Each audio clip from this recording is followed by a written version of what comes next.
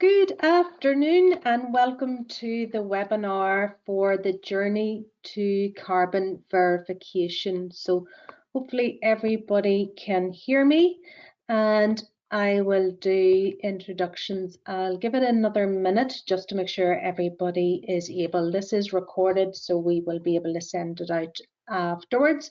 You will be able to see there is a question box, so if you do have any questions, if we do have time, I'll hopefully be able to answer any of your questions, or if not, I will supply at the very end an email address that we will be able to, you'll be able to ask any questions as well within the email address, just in case we do run out of any time at the end.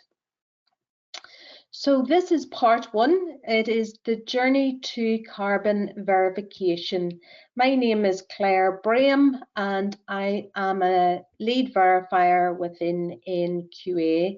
I have been with NQA for 4.5 years now, and I was a auditor as well with another certification body for 7 years prior to that. So I have been doing quite a bit of ISO standards for a long time, and have been doing the verification as well in relation to carbon. And I'll go through just a little bit of my background as well and how I see it as a verifier, my approach, and also my background as well of where I've actually come from.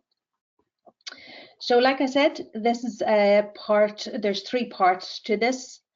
Part 1 is today, and we are looking at carbon quantification, mitigation and reporting. And we will run through the introduction, the overview and the context, the drivers for carbon, and looking at your carbon verification, your carbon accounting, and the options then for your standards and the methodologies as well to use. Part 2 is on the 27th of June, another Friday at 2 p.m, and it is getting started on your greenhouse gas reporting. Within that webinar, we will look at defining your organizational and reporting boundaries. We will also look at the selecting and using appropriate standards and methodology, using conversion factors, establishing baselines, calculating your scope 1, 2 and 3 greenhouse gas emissions, preparing a greenhouse gas inventory, and determining your materiality as well. And part 3 is on the 11th of July, and that is looking at our greenhouse gas mitigation, reporting, removals and offsets, planning for reductions, options for removals and offsets, the pros and the cons, looking at that, preparing your greenhouse gas report and any other documentation requirements, and the verification options and the case studies as well. So it is all 3 parts to it, and very much go hand in hand and lead on from one into the next as well. So who is NQA? As I have said, I'm with NQA for 4.5 years. And I am an auditor as well as a lead verifier. So within the auditing team, I currently do ISO 9001, 14001, 45001.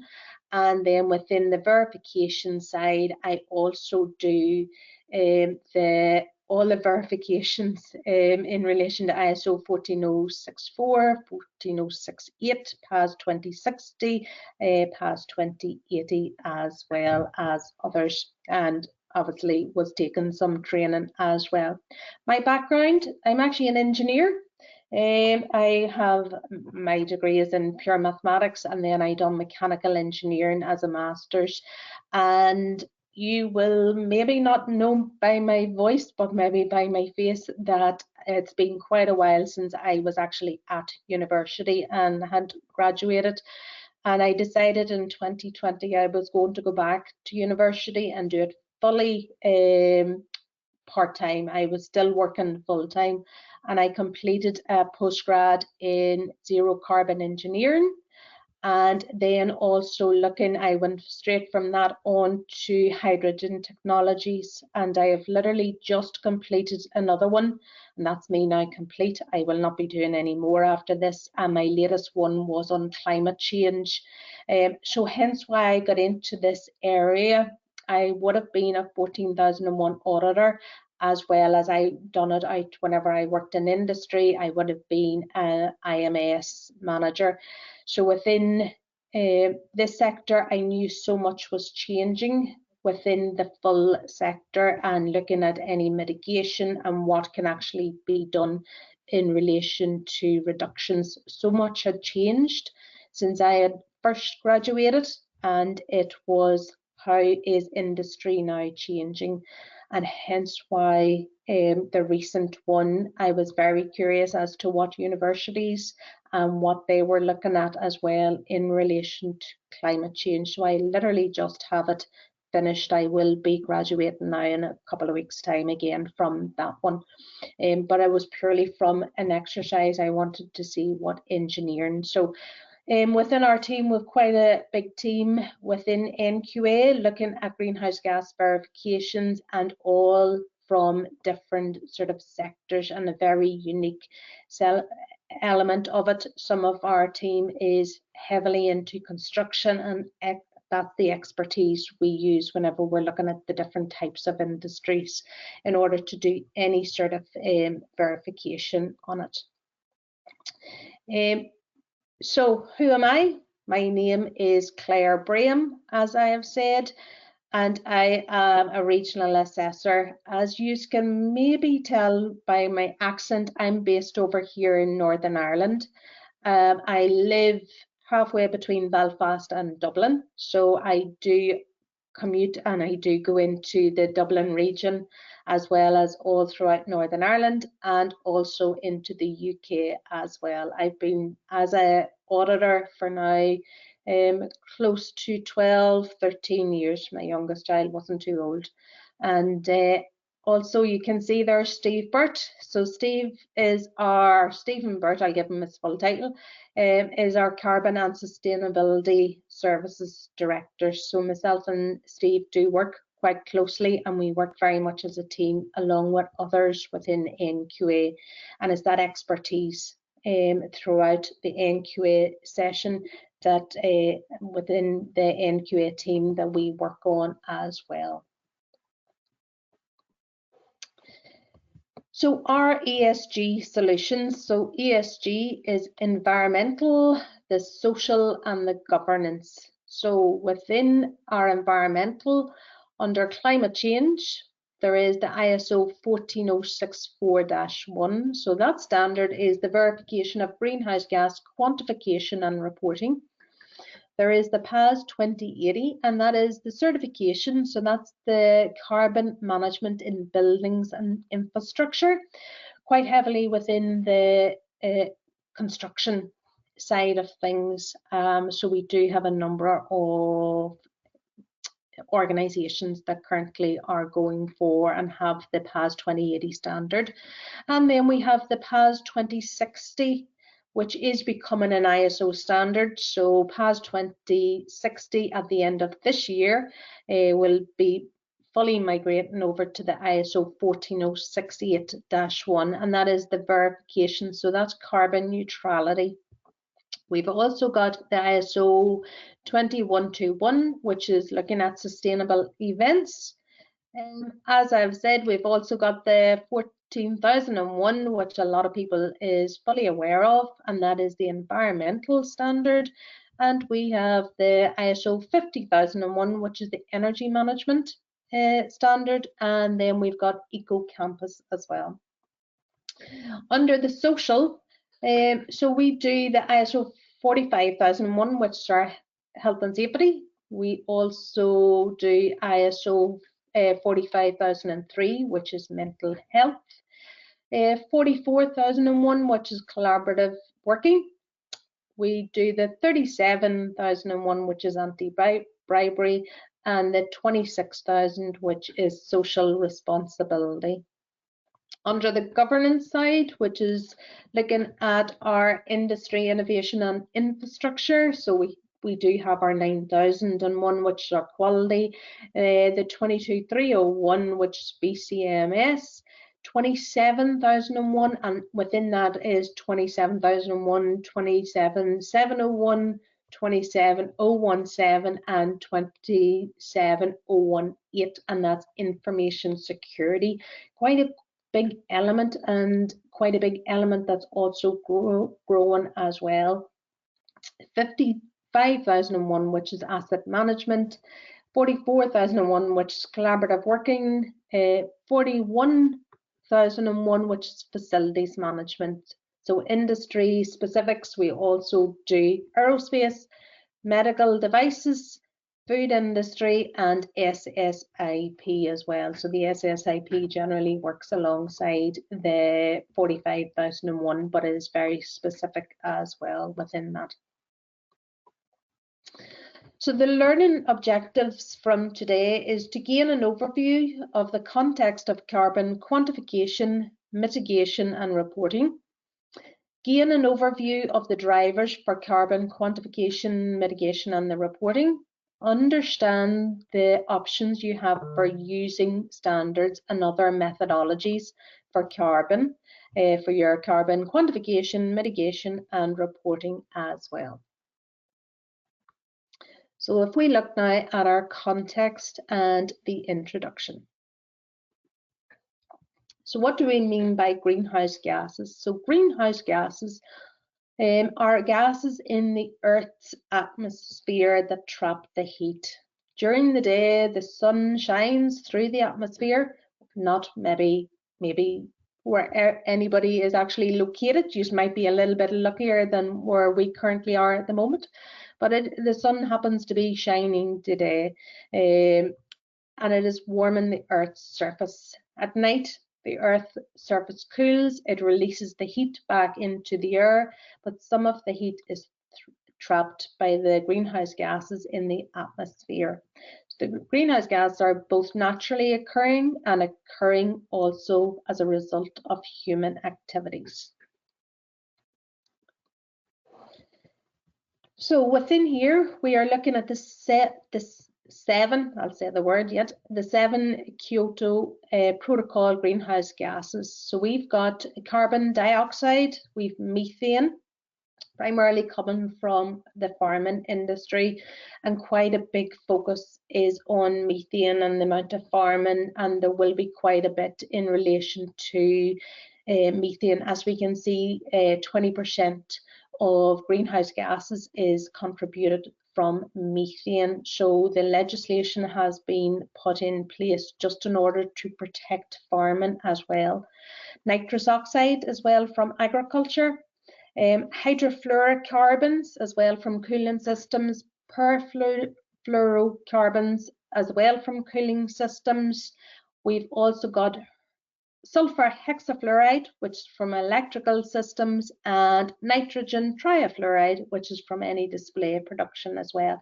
Quite low in relation to the percentages, and as you can see, carbon dioxide is 73% of all, contributes to 73% of all greenhouse gases. There is we can see there the GWP, which is, stands for the global warming potential. So the global warming potential allows for comparisons of the global warming potency of different gases. This was actually developed by a person, Dr. Lorraine Scott from Queen's University in Belfast, and she had developed the global warming potential and how it's actually given. So it measures how much energy the emission of 1 ton of gas will absorb over a given period of time relative to the emissions of 1 ton of carbon dioxide. So everything is referred back into carbon dioxide. So the larger the GWP, the more that the given gas warms the Earth compared to CO2. So if we look at here, for example, we can see within this box here, So nitrogen triafluoride is sitting at 17,200 as opposed to 1 ton here, 1 in relation to carbon dioxide. So it's all we do need is a very small amounts of nitrogen triafluoride to escape compared to the same, compared to carbon dioxide, and that's literally all this is really saying. And the global percentage of each we can see within here. Obviously, we can see carbon dioxide is the most prevalent and the one that we would hear most about.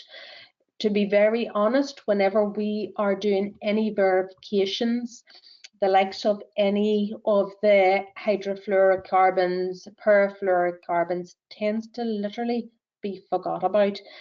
So we always do look at any cooling systems within any organization to make sure it has been considered, and also has there been any leaks as well. So it's purely leaks we're also looking for within that element.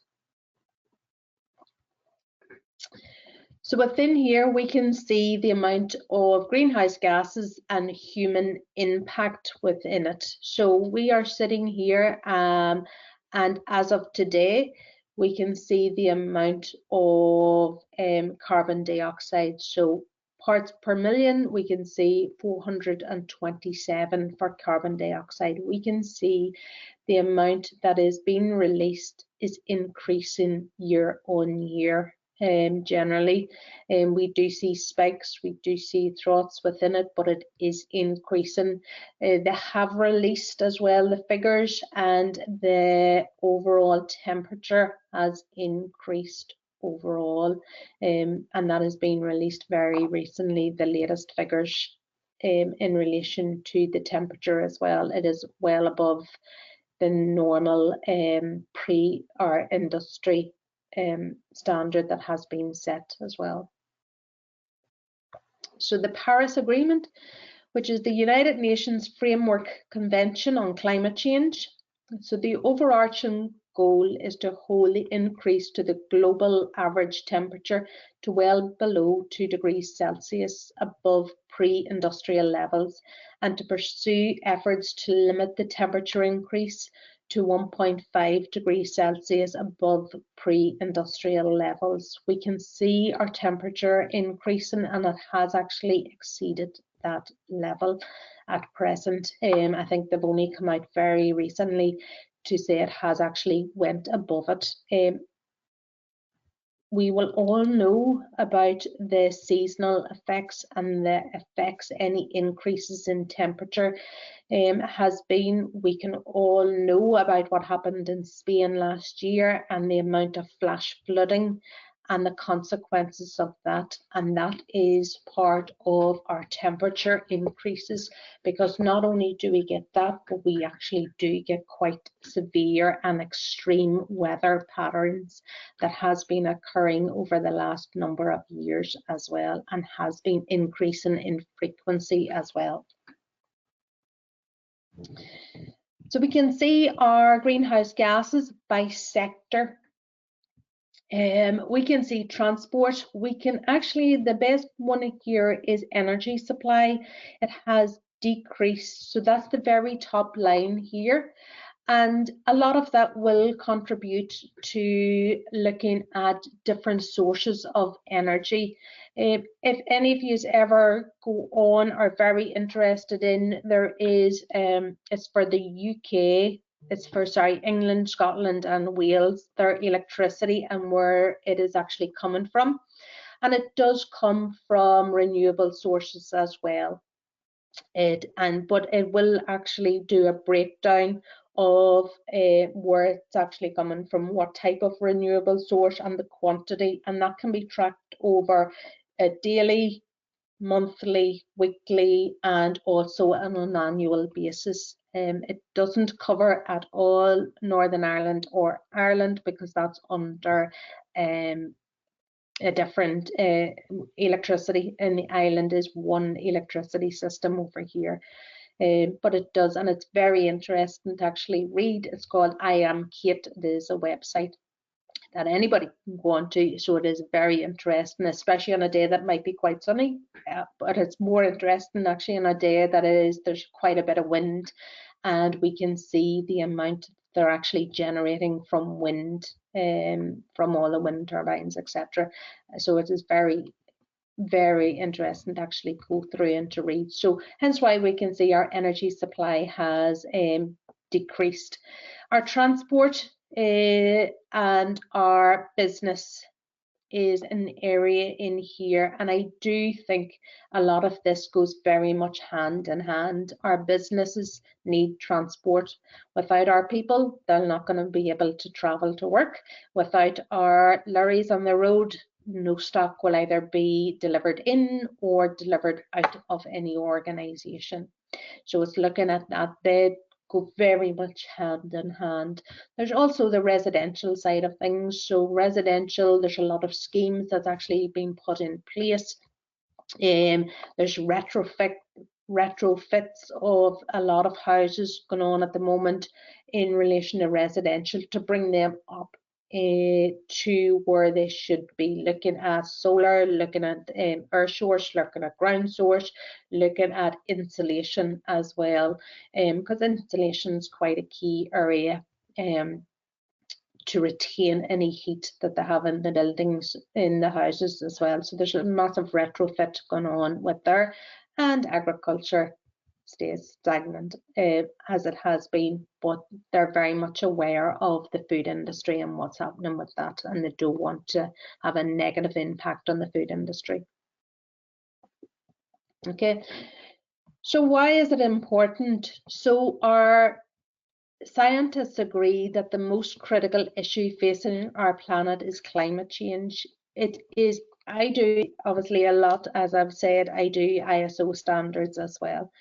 And it is the I'm not going to say it's the buzzword. Everybody, if anybody on this call has got an IMS or an ISO system, so the ISO 9001 standard was amended last year, and within that now it is that companies must consider climate change and how they're considering climate change, and that's not specific just for 9000, this is across the board in relation to all the ISO standards. It is on everybody, no matter what organisation we are going into. It is very much a word that is prevalent in every industry. So the UK government has committed to reach net zero within national boundaries. So that is not using international offsets by 2050. So to limit global temperature increases in keeping with science-based targets, as laid out in the UK government net zero strategy 2021 and is advised to the Carbon Budget Delivery Plan 2023. So for most UK companies and organisations, decarbonisation is currently been driven via, to a lesser extent, probably a variety of regulatory and policy changes, which has been laid out, but to a greater extent is through supply chain pressures and stakeholder expectations. We do see it quite a bit in relation to a lot of our companies that we do go into. The reason why they will look at their greenhouse gas and look at any discussions in relation to it is purely from as well, a lot of their clients is asking them, have they considered it? What are they doing? So there's quite a big focus in relation to that. So this is leading many companies to make public commitments to be net zero as well. So the progress in the UK, so far it's so good. So the carbon budgets 1, 2 and 3, so that's from 2008 to 2022, have all reported as achieved and exceeded. So from the projected baselines, the UK government's energy and emissions projections indicate that our current EEP policies alone are projected to deliver the greenhouse gas emission savings needed as follows. So our carbon budget from 2014 23 to 27 expected to be achieved with 7 million tonnes of CO2 equivalent. Our carbon budget 5, and that is from 2028 to 32. The current projections indicate a 9 million tonnes of CO2 equivalent shortfall. And then our carbon budget 6, which is 33 to 37. Hopefully I might be retired at that stage. The current projections indicate 199 million tonnes of CO2 equivalent shortfall, and that relies significantly on the first time on greenhouse gas removals as well as mitigations within that.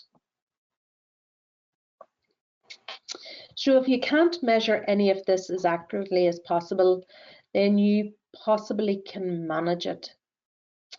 There are various issues with the methodologies used to quantify greenhouse gas emissions, and some of those include, in the UK, we have one of the best set of carbon conversion factors in the world, and I will say that openly. If anybody on the call is not aware, if you type into Google UK conversion factors, it will come up straight away. It's one of the first ones you will ever find. In fact, if you go in and you look for UK conversion factors 2024, it will come straight up with that year. It does change year on year, the conversion factors. And within there, they're an excellent set of information. It's an Excel spreadsheet, and there is numerous tabs within it. We don't have time to go through the details of that, but I will let you into a training course later on that will go through that full UK conversion factors. It has everything that you would possibly need within that UK conversion factors, and it's understanding that Excel spreadsheet and all the details within it is excellent because it tells you exactly what it is, but it's understanding that Excel spreadsheet. So the Greenhouse Gas Corporate Protocol Accounting and Reporting Standards do not yet provide for accounting for greenhouse gas removals. It is in its pilot stage at present. So offsetting, so carbon neutrality is delivered via the voluntary carbon market, and that includes in additionality as well. So double accounting of indirect supply chain greenhouse gas emissions could be under, which is under scope 3, carbon leakage, and then we also have inventive creative carbon accounting. So carbon leakage is when any organisation may decide that they want to produce an item within the UK, and within that they know to manufacture or to make the item is quite big on their greenhouse gas. It's going to contribute quite significantly to their greenhouse gas overall footprint. So what they're actually going to do is outsource that to somewhere else, somewhere that may not have the same strict greenhouse gas reporting protocols. And that is whenever we are on about looking at doing it elsewhere. So we're looking to see where the leakage is actually coming from. As a verifier, as a lead verifier, we do start to look at if there is anything that's manufactured outside and where they're getting it from and all of that details within it. So part of our training course is obviously and part of our knowledge is looking to see where everything is produced, etc. as well. So what is the drivers then for greenhouse gas reporting?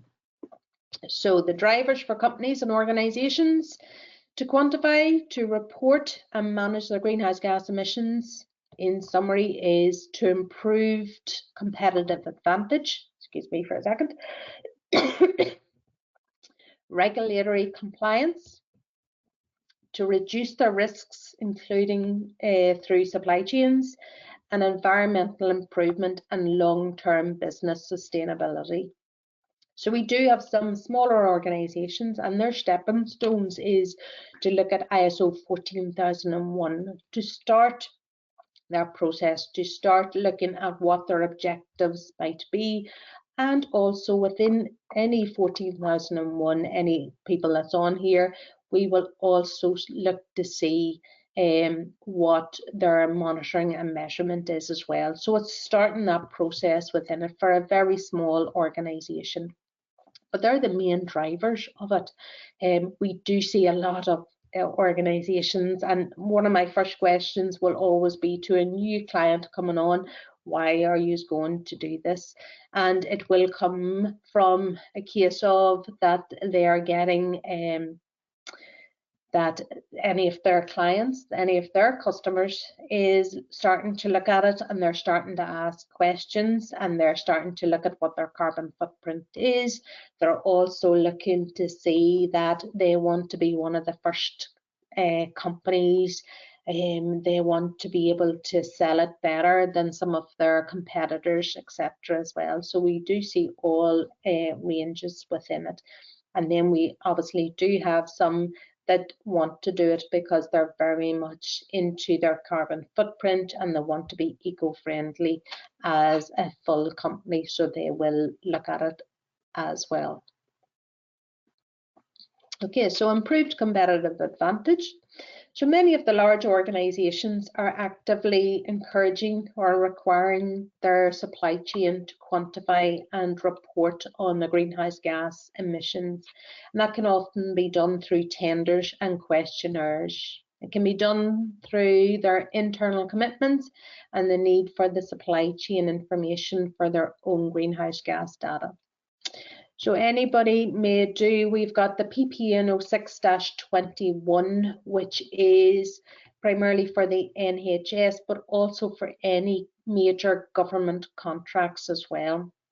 And then we also have got the PAS 2080, which again is for, a lot of that is actually working very much hand in hand. So a lot of the PAS 2080 from a construction perspective may be under the major contracts as well. So anybody do any work for the NHS or any major contractors or feeding in or doing any work associated with it will be required to look at all of their information, and hence why it is looking at it. Any tenders, etc.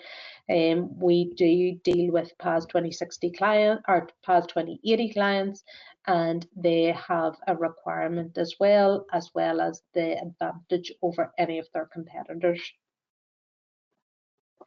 So like I've said, the PPN 06-21 takes into account the carbon reduction plans for the procurement of major government contracts.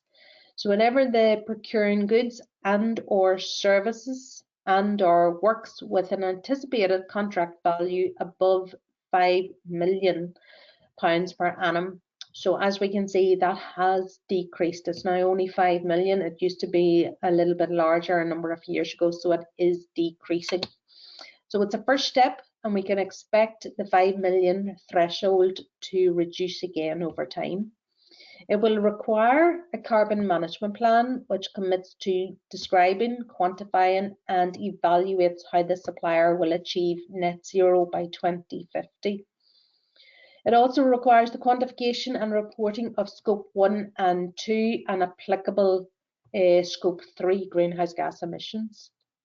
It requires a date at which net zero will be achieved. It also requires details of carbon reduction targets and initiatives, including staged targets towards net zero. And it applies, like I've said, for any NHS or MOD contracts as well. So the PAS 2080 National Highways, and what they've said is we will ask our contractors and their subcontractors to implement their own PAS 2080 accredited carbon management systems by the end of 2025. So what we can see is we can obviously see an increase in the amount of clients going for the PAS 2080, because anybody doing any work for national highways or any way associated with it does need now to be independently or to be verified to the PAS 2080. Here is just purely a sample of some supplier questionnaires, and they can range from the multinational aerospace industry, defence industry, and transportation side of things as well. So it will look at any organisation, have they got their scope 1 and 2? Have they got their scope 3 emissions? What exactly have they detailed within their scope 3 emissions? The greenhouse gas emissions, the verification of it, and any allocations as well. What are they going to be doing? How are they going to reduce as well? So we do see a lot of questionnaires that will be coming out. And also part of it is looking at the reduction strategy and action plans out as well. Have they done agreed timelines? Are they looking like they are achievable? And also what is their dates in there and what has been the progress as well so far. So regulatory compliance. So the UK drive towards net zero has and will continue to result in a more challenging regulatory environment for companies. So for example, we've got the ESOS, which is the Energy Savings and Opportunity Scheme regulations, so that's 2014. We've got the Streamlined Energy and Carbon Reporting. We've the UK Emissions Trading Scheme. We've got climate change agreements. We also have got EU Corporate Sustainability Reporting Directive, and we have the last there is the EU UK Carbon Border Adjustment Mechanism as well. So some of the regulatory compliance that is in force as well for us. So to reduce risks, including through supply chains. So examples here is where greenhouse gas reporting impacts upon risk management, and they can include financial investments, investors, insurers as well, and avoidance of negative publicity, reputational risks from greenwashing as well. I was out with a client and maybe about a year ago, and they were looking, it was nothing got to do with greenhouse gas. I was purely there from a IMS audit, and they were explaining to me they were down with their local bank and they were looking just to get a loan out because they were extending the building that they were in. And within that, in order to be able to even put forward their loan and why their business plan for the loan, they had to look at the greenhouse gas and how they were looking, how they were going to report it, and how they were actually going to do anything in relation to their greenhouse gas and their carbon footprint as well for the organisation. So there's a lot of banks is looking at green loans. I'm sure a lot of people would have heard about green loans, and it's coming via that way as well.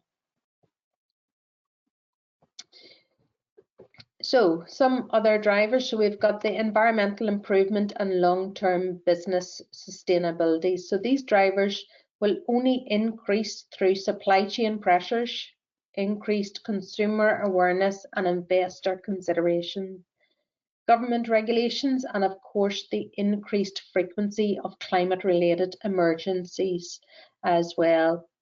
And if possible, to reduce the carbon and remain competitive as well. So the UK has already reduced its greenhouse gas emissions by 42% between 1990 and 2020, whilst growing the economy by 2/3.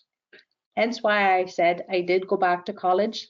I will openly admit I first graduated from my master's in 1998, and whenever I went back to college, I knew everything had changed. Industry had changed, and the way we do everything had changed, and hence why I actually did go back to college again. As I said, I'm an engineer, and I knew technology was changing compared to what I had been in whenever I had went to college at the time, and so much has changed. And I do always state that our economy does need to obviously grow. Manufacturing needs to grow. People need to, any sort of organizations, whether it's a service provider, it still needs to grow. Everybody needs to grow whilst reducing our greenhouse gas emissions. So looking at how are we going to change our technology in order to be able to still grow? And I think that's probably one of the biggest fears we do hear in a lot of different companies. How can I reduce my greenhouse gas emissions and still grow within our company? How can I produce more product? How can I increase my employee headcount and still reduce my greenhouse gas emissions? And that is the biggest element and biggest fear I do see in a lot of organisations that we do go around. And there is a process in relation to that, and that is all taken into consideration, the different aspects of that. So it does allow our industry and every industry to actually grow, but still reduce our greenhouse gas emissions. So our options for our standards and methodologies to use. So within here, there's various sources of standards and specifications for the quantification, mitigation and reporting of greenhouse gas emissions. So we have got here the ISO 14064-1. That is like my Bible. I do have copies of it right here beside me, and it's the one, I'm not going to say it's the only document I have printed out, but in relation to ISO standards, they are my Bible and they literally come everywhere with me. The ISO 14064-1, so it's a specification with the guidance at an organisational level for the quantification, reporting of greenhouse gas emissions and removals. So it's an internationally recognised standard. It is an ISO standard. It provides a framework for the quantification and reporting of greenhouse gas emissions and removals. It is intended to be used at an organisational level. It includes optional greenhouse gas mitigation framework. So it's the only one that has a clause in it that allows for an optional. So that is your mitigation. How are you going to reduce your greenhouse gas? And it is optional. It is recommended, however. And allows for external third-party verification, and that's through verification bodies such as NQA, and that provides credibility and assurance. And what I will always say is us coming in as verifiers, we do this well, not every day of the week because I do other standards, but we go around different organisations as well. And it is given that reassurance that what we're actually looking at, like I've said, we do go to organisations and they may not have considered all sources of greenhouse gas whenever they're first looking at their inventory. And that's what we do. We come in as part of our stage 1 or our pre-verification is what we call within greenhouse gas terms, and we look at what have they considered, what have they not considered, and why have they not considered it, and look at that. And also, we're not consultants, we're verifiers, but it stands over what they're actually looking for as well, and it gives the assurance from both clients, from customers, for any tenders, etc., that it has been independently verified as well. Again, there is the PAS 2060, which is now an ISO standard. So it's the 14068-1. So it's the specifications for demonstrating carbon neutrality. So it's an internationally recognised standard as well. So now it is an ISO 14068. It provides a framework for the quantification, I'm going to say that again. For the quantification, reduction, removing, offsetting and reporting of greenhouse gas emissions. So as you can see, this one you do require to remove as well as offset within it, because this is for carbon neutrality. Okay, but within this standard, the ISO 14064-1 is the recognized basis as a step towards this standard.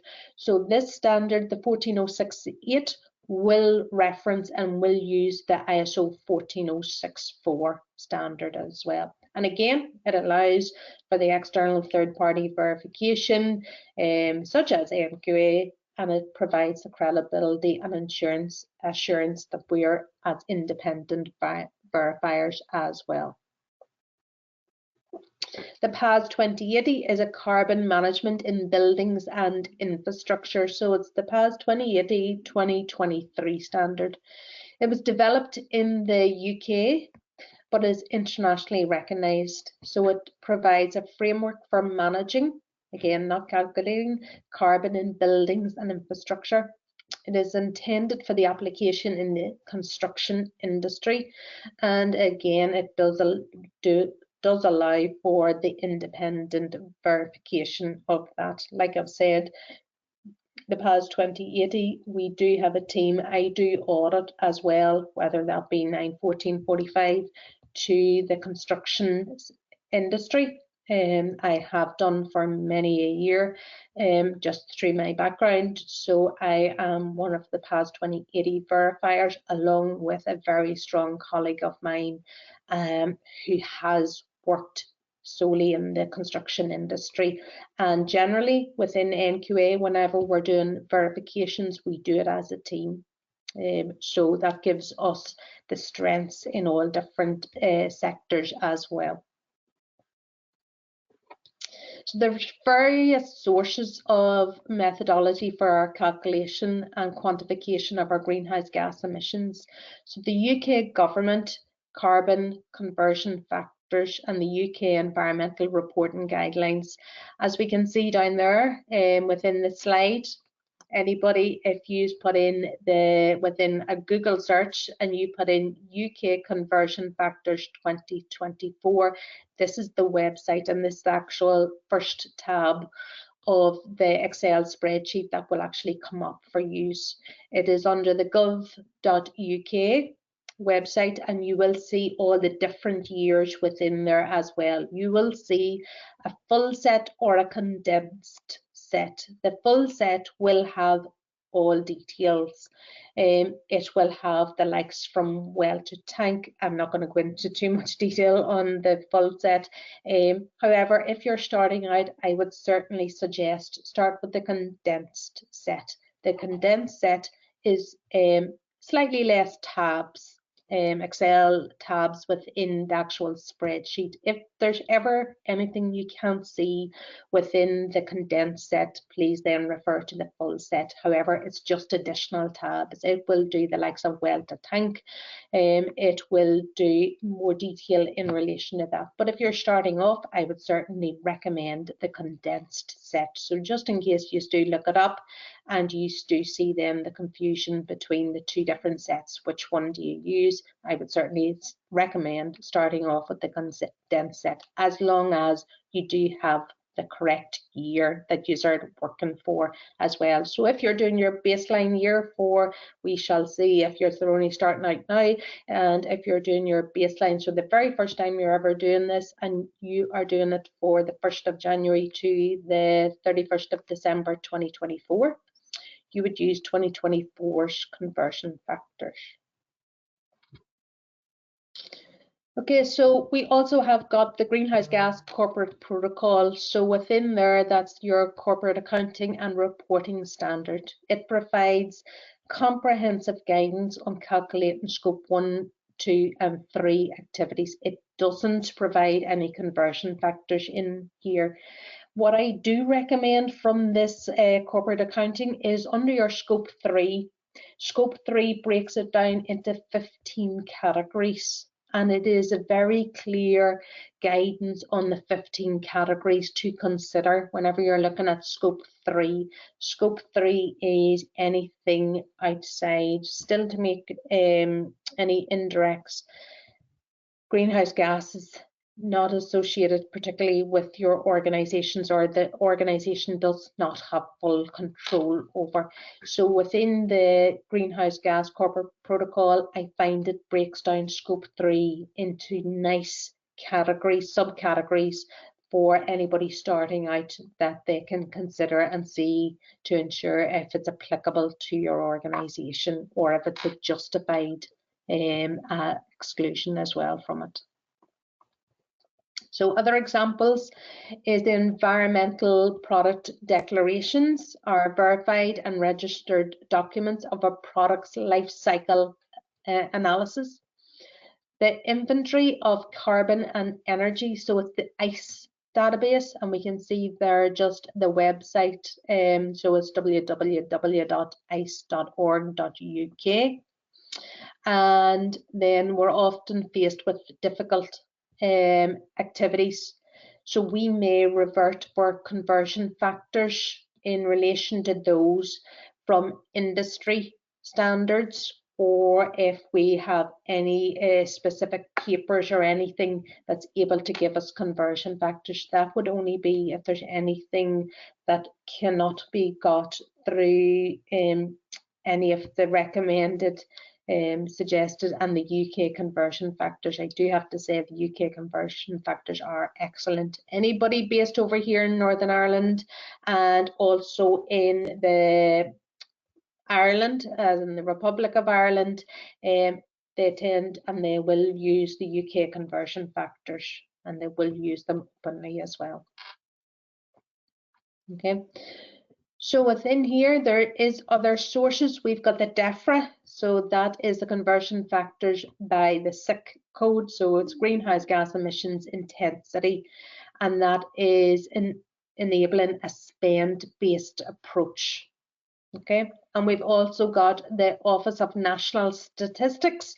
We can see the website down there. It's under the ONS, and again, it is a spend-based approach. These primarily are actually used under purchasing or capital good items. Purely from that perspective, from purchasing, it may be easier for some elements, and it's probably one of the weakest elements within the UK conversion factors is anything from a purchasing side of things or capital goods side of things. So this is acceptable conversion factors to source within those as well, and they're based on a spend-based approach. Okay, so next time up, part 2, we are going to look on getting started on your greenhouse gas reporting. So within that, now we haven't, our dates isn't correct on that because I know it is definitely part 2 is on the 27th of June and part 3 is the 11th of July. So part 2 on the 27th of June is defining your organisational and reporting boundaries, which is quite a big element and very important within greenhouse gas, your greenhouse gas inventory. You're selecting and using appropriate standards and methodology. It is looking at using your conversion factors, establishing your baselines, calculating your scope 1, 2 and 3 greenhouse gas emissions, preparing a greenhouse gas inventory and determining your materiality. So in part 3 we will discuss, which is on the 11th of July, I know as I'm actually going on annual leave the day after. So we'll look at your planning for reductions, options for offsetting and removals, preparing your greenhouse gas report and other documentation requirements, and verification opinions and case studies as well within our part 3 of this webinar series. So for further support, unfortunately we are badly over time. I am well known for talking. So what we can do here is you can see an email address within there. Our email address is training@nqa.com. If you do have any questions. There has been a couple of questions come into the chat box here. Unfortunately, I'm not going to have time to do any questions at this point, but if you please email in to our team, and we will be able to respond to any questions afterwards, and it will come through the team in that aspect. I apologize for my timing. I do speak quite a bit whenever I'm doing it. Okay, so a range of courses. We obviously do courses, and I had been chatting about we do courses whenever I was looking at these webinars, and I was a trainer as well, and they are now somebody else within NQA does the training because I'm just that busy. But anyway, some excellent courses, I will say, especially in relation to the greenhouse gas. So we do one on the ISO 14064, and that will take account of a very detailed, it will go through the UK conversion factors in quite a bit of detail, and you will set up a greenhouse gas inventory for a mock company that has been provided. Now they range over from 1 day to a 2-day course to a full 4-day lead verifier course as well. Excellent courses. It gives very much in-depth details into the conversion factors, different types of conversion factors as well, thinking outside of maybe industry standards. There's examples in there to use, gets used as well for anybody on the course to develop a greenhouse gas inventory, and is doing all of the calculations and getting used to the conversion factors as well. So excellent courses that is currently being provided, and all details again. Any questions in relation to any training courses, please do email back to the training@nqa.com. I have time is up, unfortunately. I would like to thank everybody that has been on the course, and I apologize that I have not been able to detail and answer any questions. Hopefully it has been enjoyable for yourselves and you have learned something from today. And going forward for the part 2 and part 3, again, we will go into more details within it, within the different parts within this series, and it is very enjoyable as well. Okay, so thank you for your time, and everybody have a lovely weekend. Again, any of those questions, please email directly into the training@nqa.com, and we will be able to get back to you with our answers. Okay, thank you. Bye-bye.